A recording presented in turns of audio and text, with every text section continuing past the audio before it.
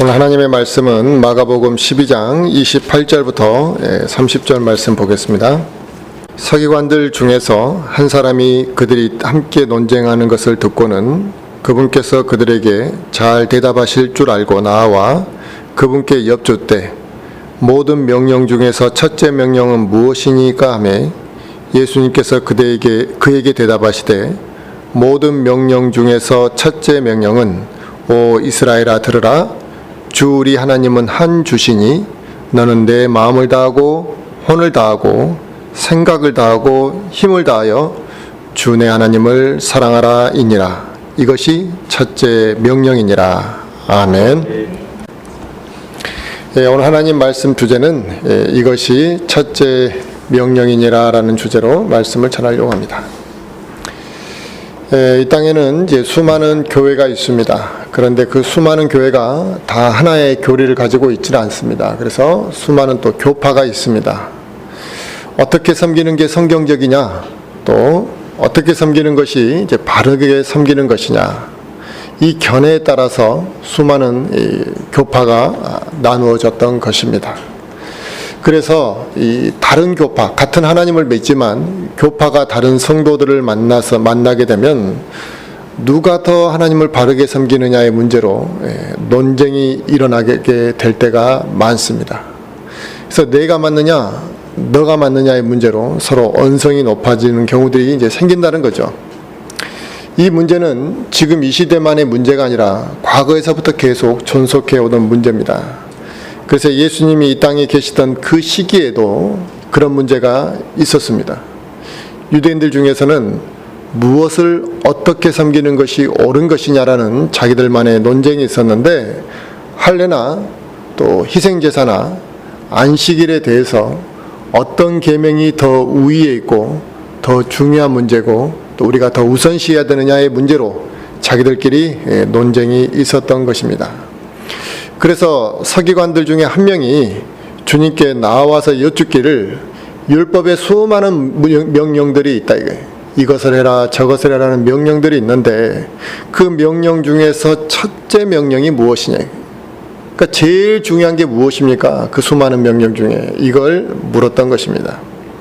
그래서 그 질문을 들은 주님께서 그 서기관에게 해주신 말씀이 뭐였냐면, 바로 오늘 본문 말씀대로 너는 마음을 다하고 또 혼을 다하고 생각을 다하고 또 온 힘을 다해서 하나님을 사랑하라, 이 말을 하셨던 것입니다. 이것이 첫째 명령이라. 이것이 너희들이 그렇게 무엇이 제일 중요하느냐 논쟁의 하나의 핵심이라 이거죠. 하나님의 백성이요 또 하나님의 자녀들에게 가장 중요한 명령이라면 바로 주 내 하나님을 사랑하라인데, 단순히 그냥 사랑해라, 또 사랑하고 싶으면 그냥 사랑하고 싶으면 하고 말면 말아가 아니라 내 마음을 다하라, 그리고 내 혼을 다해라. 우리가 혼신의 힘을 다해서 무엇을 한다 그러잖아요. 혼신의 힘을 다해서 하게 되면 어떻게 됩니까? 경기에 100m를 뛰는 선수가 혼신의 힘을 다하면 쓰러지는 거죠. 생각을 다하라. 그러니까 온통 우리의 생각 속에는 하나님을 사랑하는 문제로 사로잡혀 있어야 된다. 힘을 다하여 주 내 하나님을 사랑하라는 것입니다. 우리는 구원받은 이후에 교회를 나오고 또 예배를 드리고 있고 이렇게 우리가 하나님을 섬기고 있기 때문에 은연중에 교회 다니는 사람들은 자기들이 다 하나님을 사랑하고 있다라고 이렇게 생각을 합니다. 그래서 신앙생활이 아주 엉망진창인 사람조차도 자기는 하나님을 사랑하고 있다고 생각합니다. 그래서 저도 한번 이렇게 물어봅니다. 하나님을 사랑하냐고. 그러면 단 한 번도 저는 하나님을 사랑하고 있지 않는 것 같습니다 라고 말한 사람을 본 적이 없습니다. 다 자기들은 하나님을 사랑하고 있다고 생각합니다.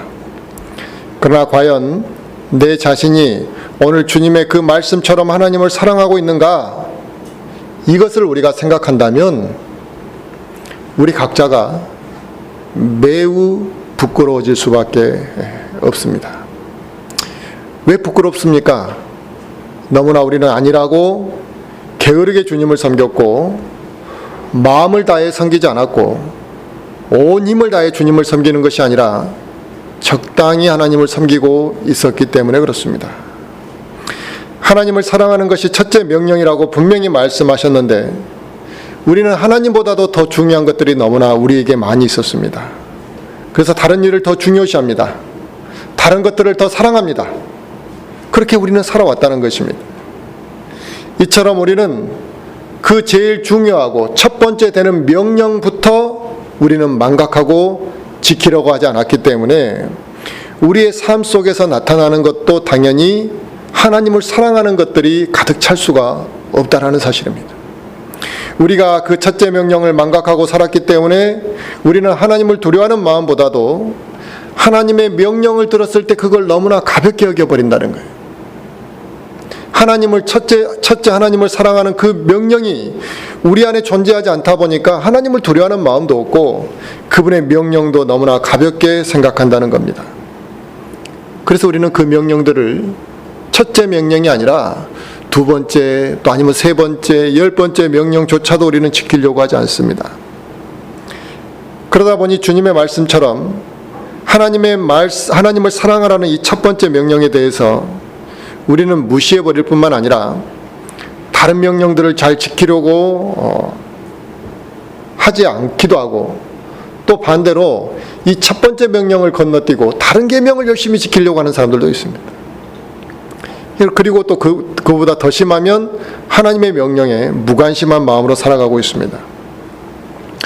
물론 우리가 이 율법을 10계명으로 10가지 계명으로 요약할 수 있습니다. 그래서 지금 이 시대에도 최소한 그리스도인들이 10계명은 지켜야 된다고 이렇게 말하는 사람들도 목회자도 봤습니다. 그러나 이 구약의 10계명이 우리가 이 교회 시대에 와서 구원을 받는 데 있어서 조건이 되지는 않습니다. 이 계명을 지키는 것이 우리가 구원받는 데 조건이 되는 건 아니지만 예수 그리스도의 보혈로 우리가 구원을 받았다고 한다면 당연히 행위로 구원받은 자의 모습을 입증할 필요가 반드시 있다는 겁니다. 구원받았으니까 그걸로 끝난 게 아니라 내가 구원받았으면 행위로 그 구원을 입증해 보일 필요가 있다는 것입니다. 그런데 요즘 시대의 그리스도인들 중에서는 이 믿음으로만 구원받는다라는 사실을 자식이 편할 대로만 해석해서 믿음으로 이제 구원받았기 때문에 선한 행위에 대해서 너무나 무관심하게 사는 사람들이 많습니다. 또 어떤 경우에는 믿음으로만 구원받는다라는 이 교리를 너무나 잘 배워가지고 우리는 악하게 태어났고 선한 행위 자체를 할 수 없는 존재들이기 때문에 우리가 선한 행위를 하려고 하는 그 자체가 문제라 이게. 그러니까 선하게 살려고 하는 노력 자체를 안 하고 사는 사람도 있습니다. 참 위험한 생각이죠. 그로 인해 이 죄를 용서받고 구원받았다고 고백하면서도 세속화되어서 하나님의 명령에 무관심하고 또 행실로 보여지는 그런 모습이 믿지 않는 자들보다 못한 경우들도 많고 대부분의 그리스도인들이 믿지 않는 자와 별반 다르지 않는 모습을 살아가고 있습니다. 그래서 그 사람이 교회를 다닌다고 말하지 않는 이상 저 사람이 예수를 믿는 사람인지를 구분할 수도 없고 더 황당한 것은 그 사람이 교회를 다닌다 그러면 비웃음을 당하는 경우들도 많다는 사실입니다. 참으로 이런 안타까운 현실이 발생하는 이유는 구원받았다라는 이유만으로 주님의 그 명령과 주님의 그 말씀에 대해서 무관심하고 심지어 무시하고 살아가기 때문에 그렇습니다. 우리 그리스도인의 삶이 그냥 아무렇게나 대충 살아가는 것이 아니거든요. 무엇인가 우리에게 우선이 되는 게 있습니다. 우리도 급한 일이 있으면 무엇인가 인생을 살아갈 때 급한 일과 중요한 일을 우선순위를 이렇게 나누지 않게 되면 그런 사람은 인생을 매우 혼란스럽게 살아가고 인생이 정리가 안 돼 있고 세상에서도 그런 사람은 앞으로의 발전 가능성이 없는 거죠. 믿지 않는 사람도 발전 가능성이 있는 사람들은 삶의 우선순위가 분명하고 또 중요한 일들의 처리가 깔끔하다는 거예요. 그런데 이 그리스도인의 삶이 무엇이 우선되어야 하며 또 어떤 것이 우리에게 기본이 되어야 되는지를 배우지 못하고 살아가고 있기 때문에 이 사람들이 구원을 받아놓고도 하나님의 명령과 말씀에 대해서 무관심하게 살아간다. 그러니까 구원받은 그리스도인이 어떻게 살아가야 되는지를 배우지 못한 거죠. 구원받은 것만 배운 거예요. 그러나 하나님께서는 우리 그리스도인들에게 너가 믿음으로 구원받았으니까 이제 너는 이제 죄가 다 용서되었으니까 마음대로 살아라. 너 마음대로 살아라. 이렇게 말씀하신 적이 없습니다. 사도 바울 역시 우리가 구원받았기 때문에 이제는 자유분방하게 살아도 된다고 가르치는 교리가 없었습니다. 오히려 우리에게 더 많은 것이 무엇입니까? 더 많이 인내하라 이게.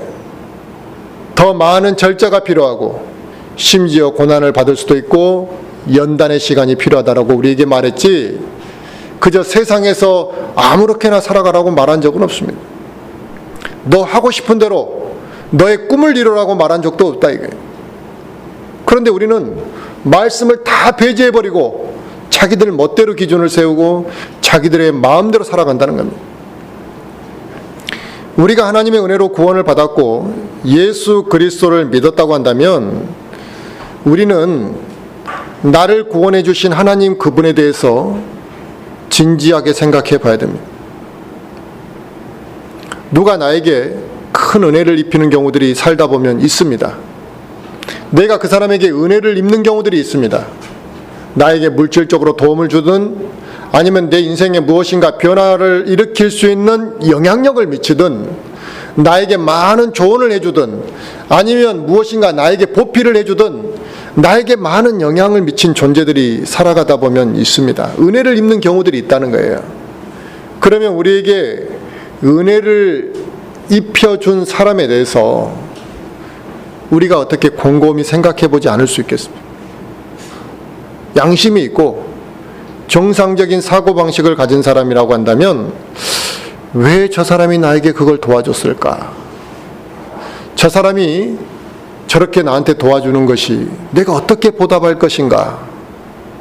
우리는 그 생각을 합니다.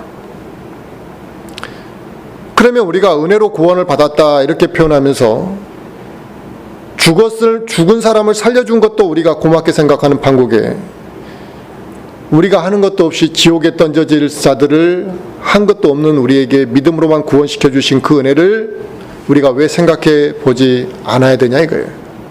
우리를 구원해 주신 그 하나님에 대해서 좀 진지하게 생각해 봐야 되는데 그 하나님에 대해서 진지하게 생각해 보지 않고 살아가는 그리스도인들이라고 하는 사람들이 있습니다. 하나님은 단순히 우연하게 존재하신 그런 분이 아닙니다. 우리가 하나님을 보고 싶다 그래서 마음껏 볼 수 있고 내가 언젠가는 죽으면 하나님 앞에 가겠지. 그게 자기 마음대로 갈 수 있는 길이 아니라 이거예요, 사실은요. 그분의 능력이 어느 정도인지 우리는 측량할 수도 없고 그분의 지혜가 우리가 감히 이해할 수 있는 정도의 분량이 사실은 아닙니다.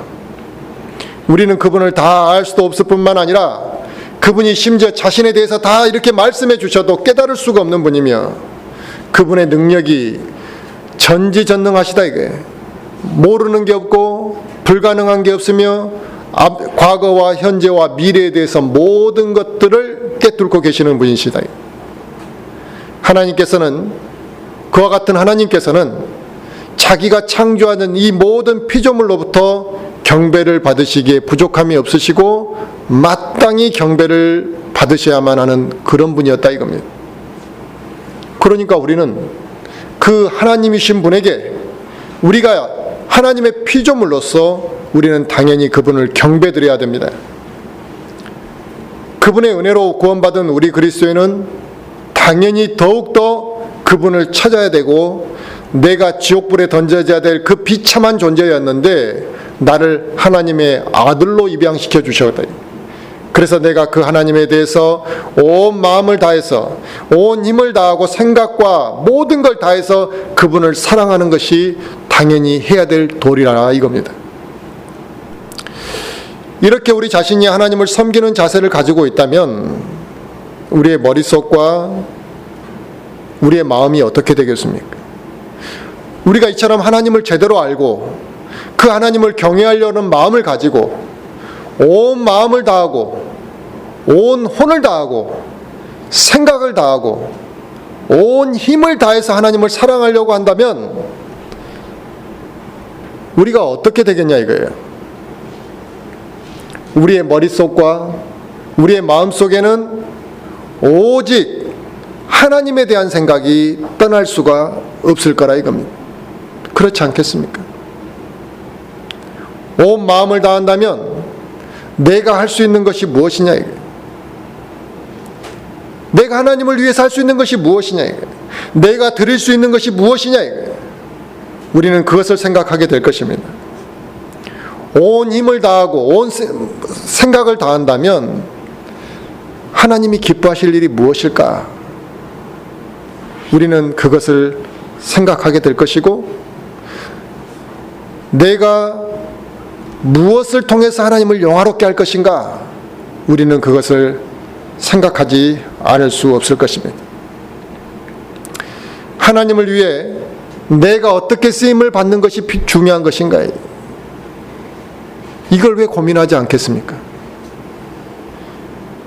내가 그분을 위해서 드리는 것뿐만 아니라 할 수 있는 것, 또 내가 그분을 기쁘게 해드려야 될 것, 내가 그분을 영화롭게 해드릴 것, 어떻게 영화롭게 할 것이며 내가 어떻게 살아가야 될 것인가, 내가 어떻게 하나님 앞에 쓰임받을 것인가, 이런 생각을 당연히 하게 될 것입니다. 이런 생각들이 우리에게서 솟구쳐 오를 거라는 겁니다. 그런데 내가 하나님을 사랑한다고 하면서도 이러한 마음 자체가, 이러한 생각들이 내 안에서 떠오르지 않는다면 그는 하나님을 사랑하는 것이 아닙니다.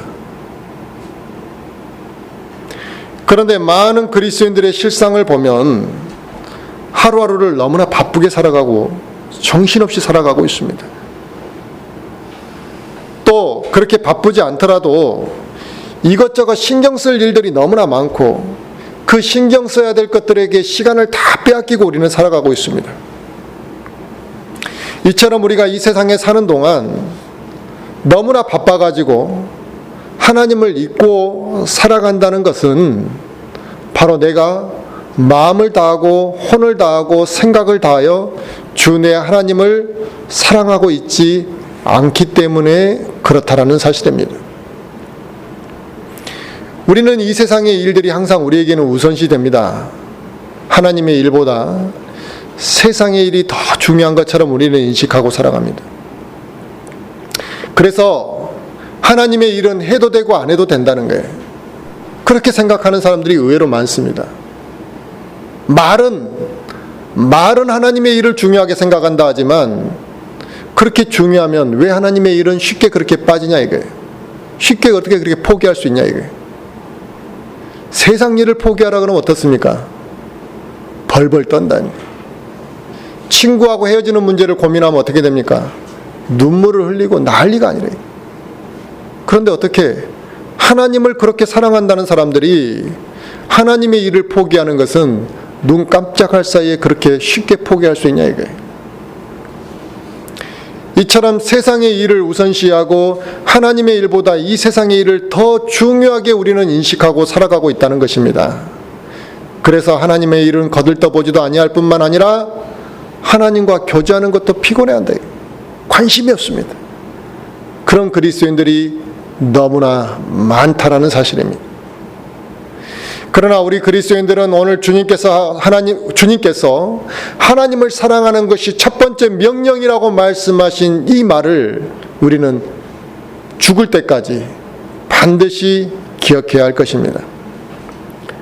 그러면 어떤 사람이 이렇게 생각하고 말하는 사람이 있을 수 있습니다. 하나님을 사랑하는 것이 첫 번째 계명이고 첫 번째 명령이면 그 어떠한 계명보다도 중요합니까? 그렇다 이거예요. 그러면 가늠한 것보다도 하나님을 사랑하는 것이 더 중요하냐 이거예요. 그렇다 이거예요. 도둑질하지 말라, 살인하지 말라, 그 계명보다도 하나님을 사랑하는 것이 더 중요한 첫 번째 명령이냐 이거예요. 답은 그렇다는 겁니다. 이 첫 번째 명령은 사실 모든 나머지 명령을 포함하고 있기 때문에 그렇습니다. 하나님을 사랑하는 자가 왜 살인을 하겠습니까? 하나님을 사랑하는 사람이 왜 다른 이웃을 미워하겠습니까? 하나님을 사랑하는 자는 자기 부모를 당연히 공경할 겁니다. 그래서 그 어떠한 간음하지 말라는 명령, 도둑질하지 말라는 명령, 살인하지 말라는 그 계명보다도 하나님을 사랑하라는 계명이 더 중요하다는 사실입니다.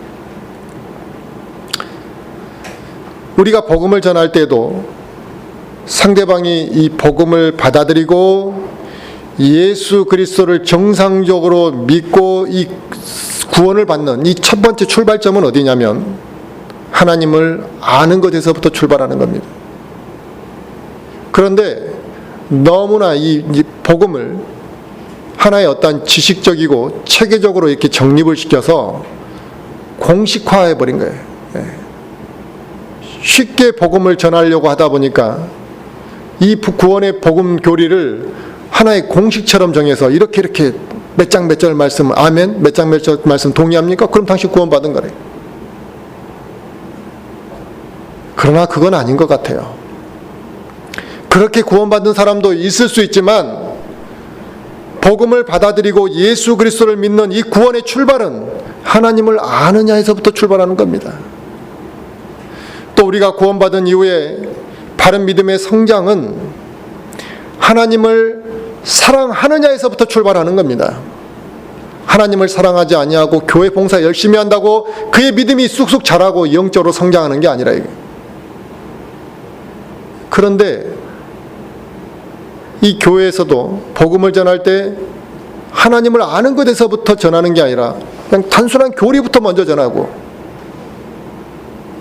구원받은 이후에 믿음의 성장을 이야기할 때 하나님을 사랑하게 만드는 것을 먼저 하는 것이 아니라 교회에 일시키고 봉사하는 것을 먼저 가르친다. 그게 하나님을 사랑하는 것이라고 이게 교묘하게 믹스가 되어 있는 경우들을 보게 됩니다.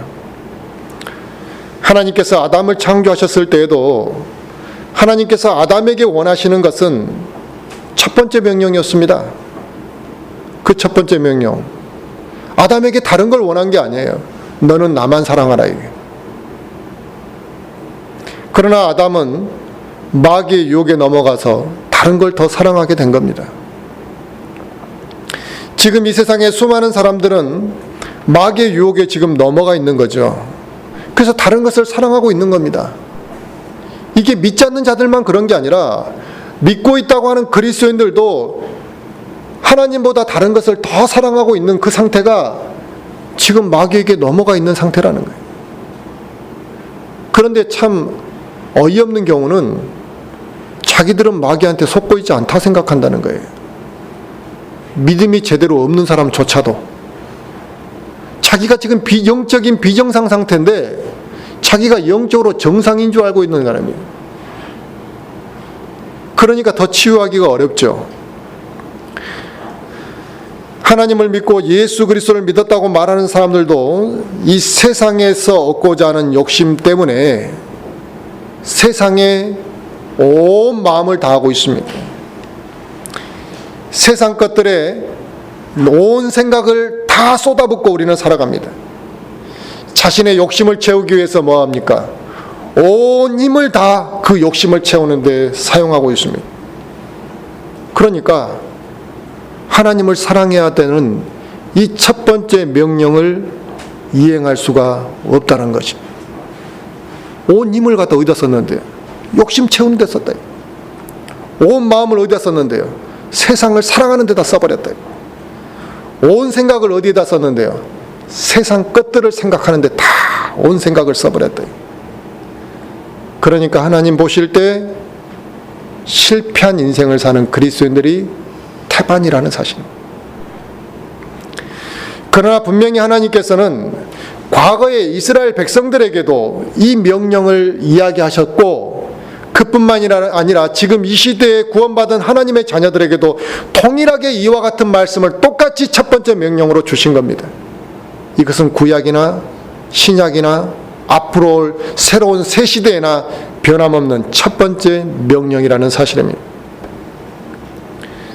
간혹 어떤 사람들이 이 교회에 나오면 무엇인가를 정상적으로 배우고 잘하는 것이 아니라 이 교회의 문제점들을 쭉 나열하면서 이 불평을 하는 것을 보게 됩니다.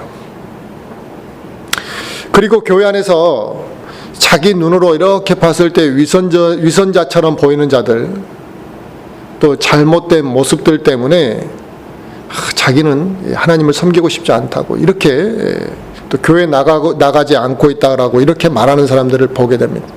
그러니까 자기가 지금 교회 안 나가는 이유는 내 안에 있는 비정상적인 믿음 때문이 아니라 교회 안에 위선자들이고 교회가 잘못 돌아가고 있고 교회 안에 문제점 때문에 내가 교회를 나가지 못하고 있다.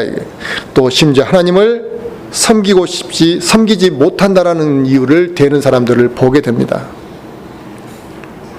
그러나 내가 하나님을 온 마음을 다해 사랑한다는 것은 다른 사람이 성결치 못하거나 또 그 교회 목사가 위선적인 모습을 보인다고 해서 내가 하나님을 온 마음을 다해 사랑하는 그것이 영향을 받을 문제는 아니라는 것입니다.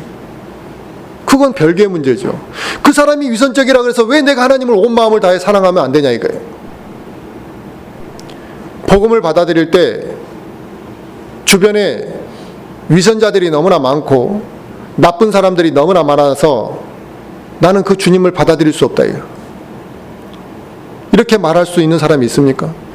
지금 내가 죄인이니 그 문제가 중요한 거지. 남이 죄인이니까 다른 사람들이 죄 지은 사람들이 많으니까 나는 그 복음 안 받아들이겠다고 이렇게 말할 수 없듯이 오직 나와 하나님의 관계에서 우리는 온 마음을 다해서 하나님을 사랑해야 된다 이거예요.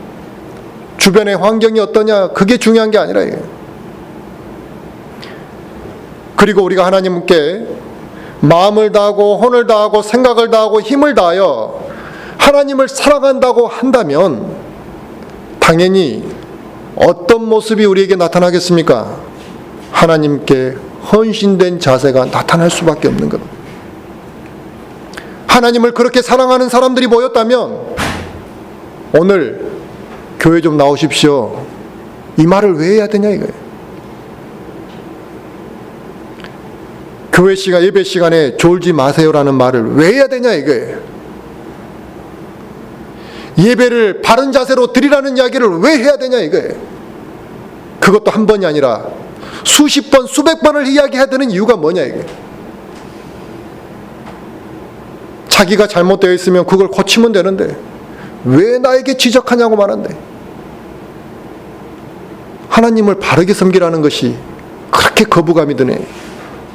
그것도 자기가 구원받았다는 사람들이 말이에요.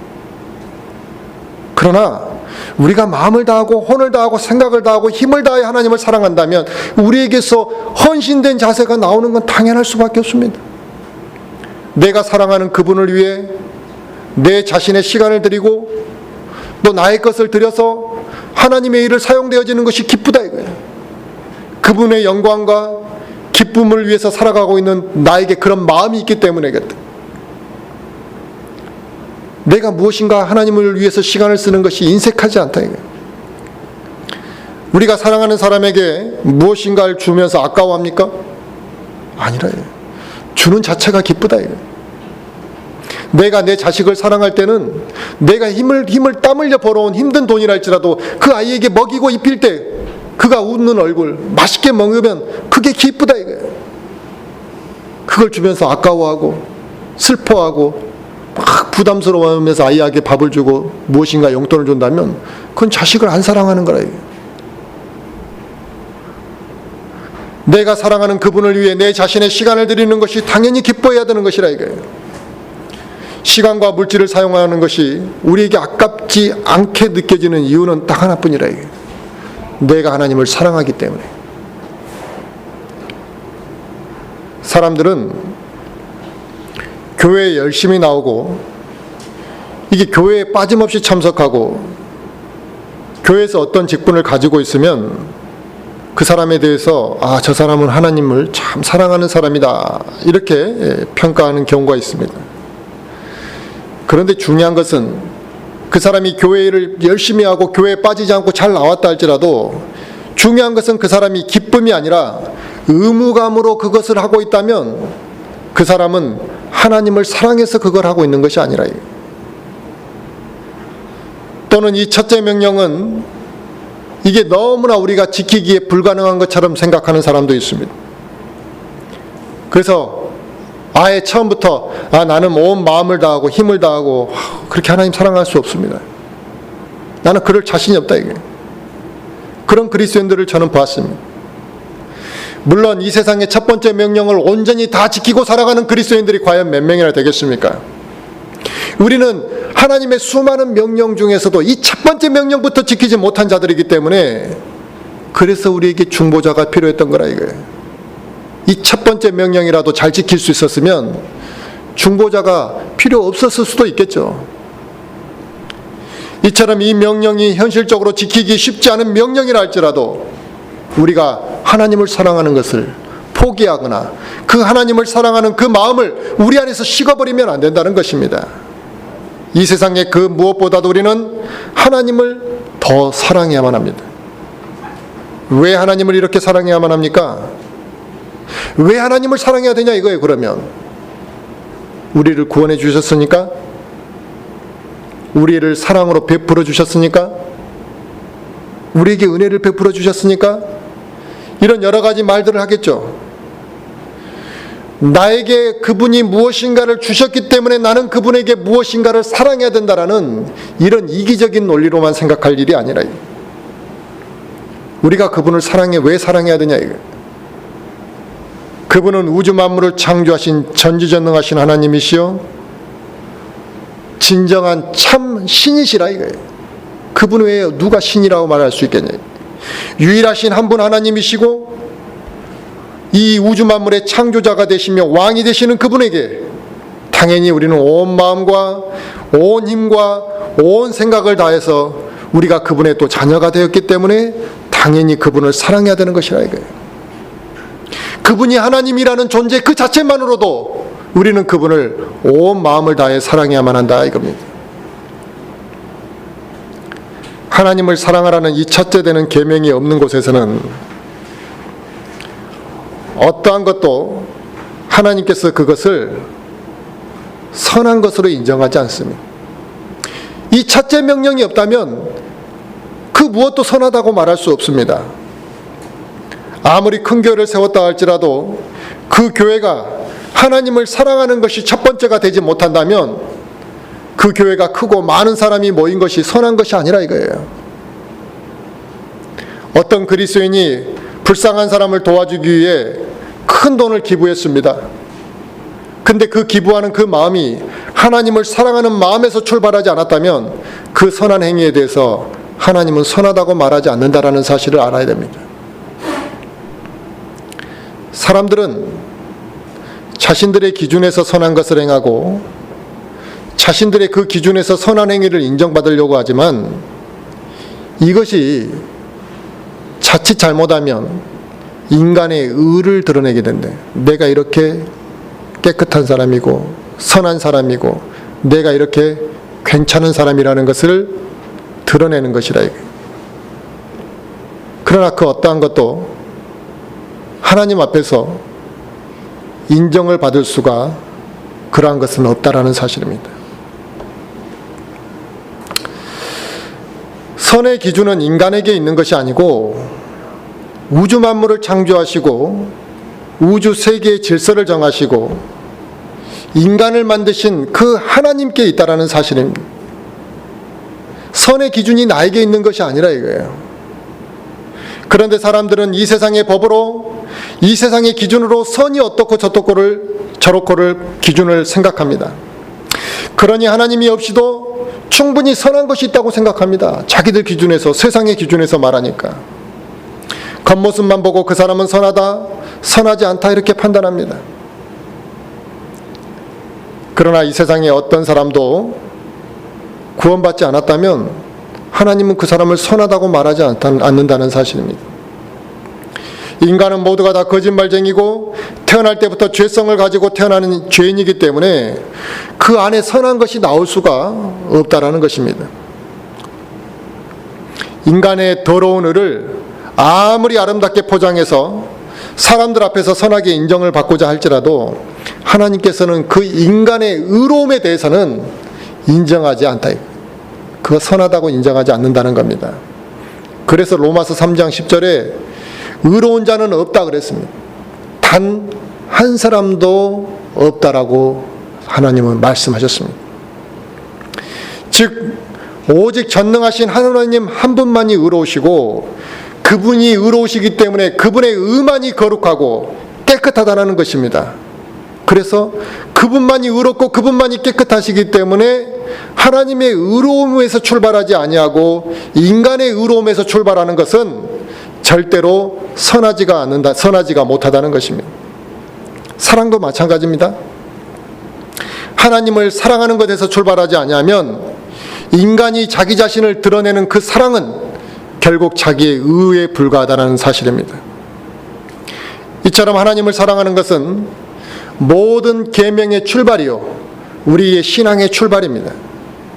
하나님을 사랑하는 사람은 이웃을 사랑하고 하나님을 사랑하는 사람은 부모를 공경하게 되어 있습니다.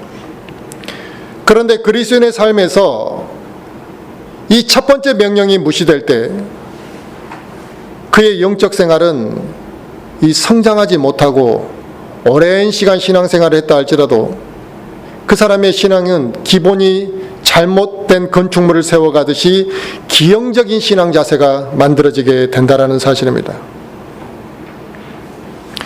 그러므로 이 첫 번째 명령을 무시하고 살아가는 그리스도인이 신실한 그리스도인 하나님의 군사가 될 수는 없다라는 사실이죠.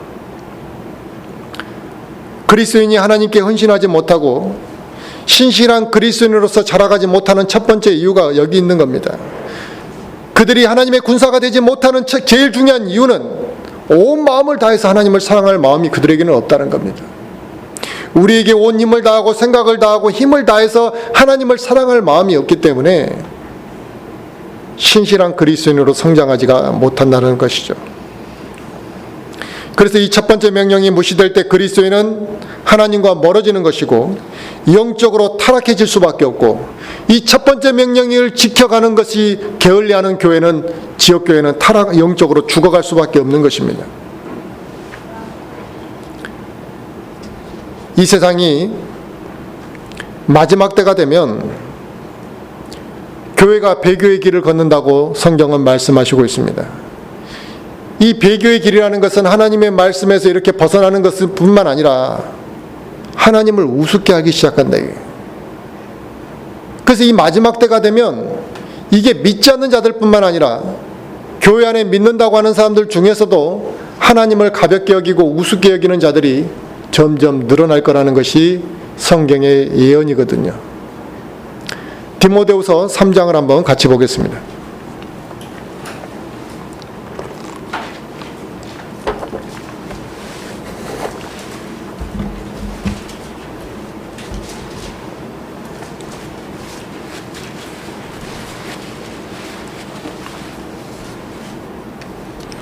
디모데후서 3장 1절부터 보겠습니다.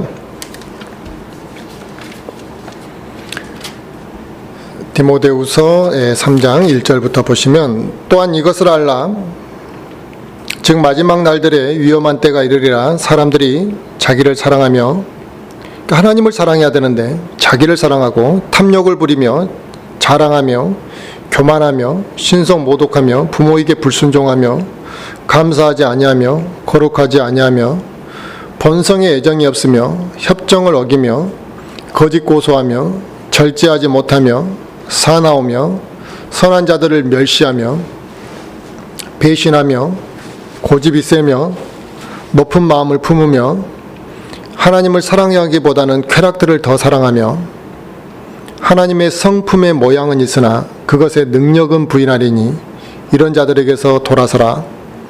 이러한 부류 중에 슬그머니 집으로 들어가 미련한 여자들을 포로로 사로잡는 자들이 있는데 이런 여자들은 죄들로 눌려있고 여러 가지 욕심에 이끌려 항상 배우나 결코 진리를 아는 데 이르지 못하느니라. 아멘. 이게 마지막 때 배교의 길을 걷게 되는 모습인데 지금 우리가 살고 있는 이 시대가 이와 같다 이렇게 볼 수 있습니다. 그러므로 마지막 때 믿음을 찾아보기가 어렵다 이거예요. 순수한 마음으로 하나님을 섬기는 그리스도인들을 찾아보기가 너무나 어렵습니다. 그러므로 우리는 이 세상이 흘러가는 대로 휩쓸려서 이렇게 살아갈 것이 아니라 주님의 말씀을 붙잡아야 된다 이게. 그리고 그 온 힘을 다하고 또 하나님을 마음을 다해 하나님을 사랑하는 자세로 우리가 살아가야 할 것이다 이거. 세상의 모든 사람들이 하나님을 저주하고 하나님을 알기를 싫어하고 하나님의 말씀에 귀에 담아 듣기를 기울이지 아니할지라도 우리는 그렇게 돼서는 안 된다 이거. 우리는 하나님을 뜨겁게 사랑하고 하나님을 사랑하는 그 마음으로 하나님의 말씀을 묵상하는 자세를 가져야 된다. 성경을 여러 번 읽어라 이런 가르침들이 성경을 읽다 보면 하나님의 말씀을 깨닫고 사랑하는 하나님을 뜨겁게 사랑하는 방법을 알아가게 되기도 하죠. 그러나 중요한 것은 하나님을 뜨겁게 사랑하는 그 마음 안에서 하나님의 말씀을 묵상할 때 역사가 큰 겁니다. 사실은요. 하나님을 사랑하는 게 미지근한데 성경만 적당히 열심히 읽는다고 그 말씀이 그 사람 안에 크게 효력 있게 역사하지는 않을 거라. 그러므로 우리는 내가 마음을 다하고 혼을 다하고 또 생각을 다하고 힘을 다하여서 하나님을 내가 정말 그렇게 사랑하고 있는지 우리에게 내 자신에게 우리는 수시로 질문해 보아야만 합니다. 지금 내 자신이 하나님을 사랑하는 마음이 식어 있다면 우리는 그 문제를 그냥 내버려둘 문제가 아니라 그 하나님을 사랑하는 마음이 식어 있는 마음이 며칠이 아니라 1년, 2년, 3년, 심지어 10년이 된 사람도 있습니다. 그럴 때 우리는 어떻게 해야 되냐 이거예요. 우리는 그 문제를 진지하게 하나님 앞에 고백하고 하나님 내 마음이 정말 하나님을 사랑하는 마음으로 뜨겁게 타오를 수 있도록 해달라고 우리는 기도해야만 할 것이라. 우리 안에 하나님을 사랑하는 마음이 식어 있게 되면 그 사람은 영적으로 메말라 가게 됩니다. 영적으로 메말랐다라는 것은 성령 충만한 삶을 살지 못한다는 것이죠. 그로 인해 육신적인 것들에 더 많이 영향을 받을 수밖에 없습니다. 육신적인 것들에 더 많은 영향을 받는다는 것은 마귀로부터 더 많은 공격을 받게 되기 때문에 그 사람의 인생이 항상 풍파가 많다는 것이죠. 정말 믿음의 연단을 위해서 그가 좋은 시험을 겪는 것은 아름답고 상급이 쌓일 일이지만 자기 자신이 그런 나태한 영적으로 나태하고 게으르고 메말라 있고 성령 충만하지 못한 육신적인 삶을 통해서 마귀의 공격으로 인한 풍파를 많이 받게 되면 그건 상급도 되지 아니하고 인생도 힘들게 살아가고 평안도 없고 하나님을 섬기면서도 기쁨이 없는 그러한 영적 생활과 삶을 살게 되는 것이라 이겁니다. 이런 많은 시험과 풍파를 헤쳐나갈 힘을 이제 잃어버리게 되겠죠. 이 세상은 하나님을 사랑하지 않습니다. 심지어 이 세상은 하나님을 증오하고 있습니다. 하나님을 멸시합니다. 심지어 이 세상에 믿지 않는 자들은 믿는 자들을 핍박하기도 합니다. 그러나 그들이 어떻게 하든지 간에 하나님께서는 우리 그리스도인들에게 마음을 다하고 혼을 다하고 온 힘을 다해서 하나님을 사랑하라는 것이 변함없는 명령입니다. 배교의 시대의 수많은 교회들, 이 배교의 시대의 수많은 그리스도인들이 이 첫 번째 명령을 망각하고 있습니다. 첫 번째 명령을 망각하면서도 두 번째 명령은 열심히 지키려고 한다. 그래서 교회에서 하나님은 당신을 사랑합니다라는 것은 강조하고 그것은 많이들 가르칩니다. 하나님이 당신을 사랑한다. 그런데 우리가 하나님을 어떻게 사랑해야 되는지는 강조하지 않고 있습니다. 그리고 형제 사랑을 중요하게 생각합니다. 많은 그리스도인들이 교회를 선택할 때 사랑이 넘치는 곳을 선택합니다. 형제 사랑이 있는 곳만을 찾으려고 합니다. 그러나 오늘 본문 말씀은 우리 그리스도인들에게 무엇이 첫 번째인지, 그 첫 번째가 왜 중요한지를 말씀해 주고 있다는 사실을 우리는 기억해야 할 것입니다.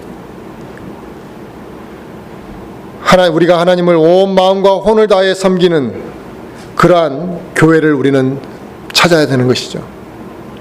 형제 사랑이 넘치는 교회도 중요한데, 그보다 우리가 찾아야 될 교회는 온 마음과 온 힘을 다해 하나님을 섬기려고 하는 그런 교회를 찾아야 되지 않겠습니까?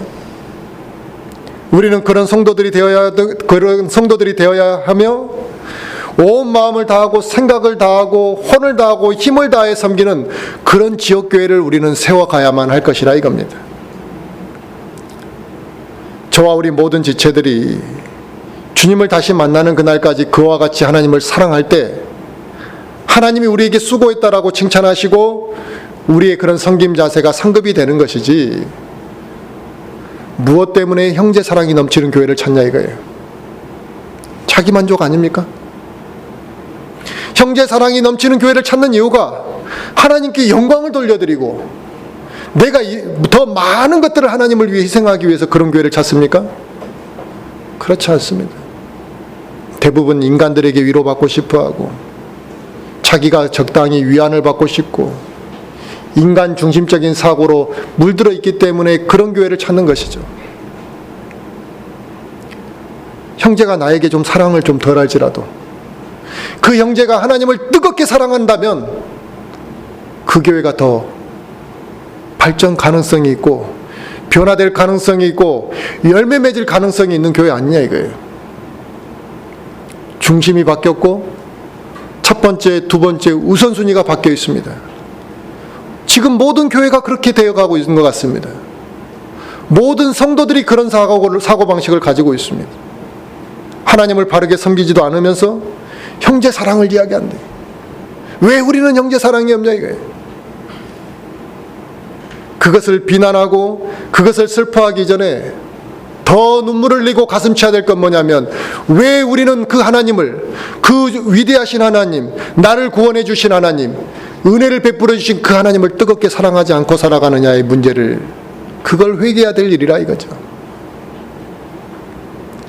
저와 우리 모든 지체들이 주님을 만나는 그날까지 정말 마음을 다하고 혼을 다하고 생각을 다하고 온 힘을 다해서 하나님을 사랑하는 그러한 섬김의 자세를 가질 수 있기를 간절히 바라겠습니다.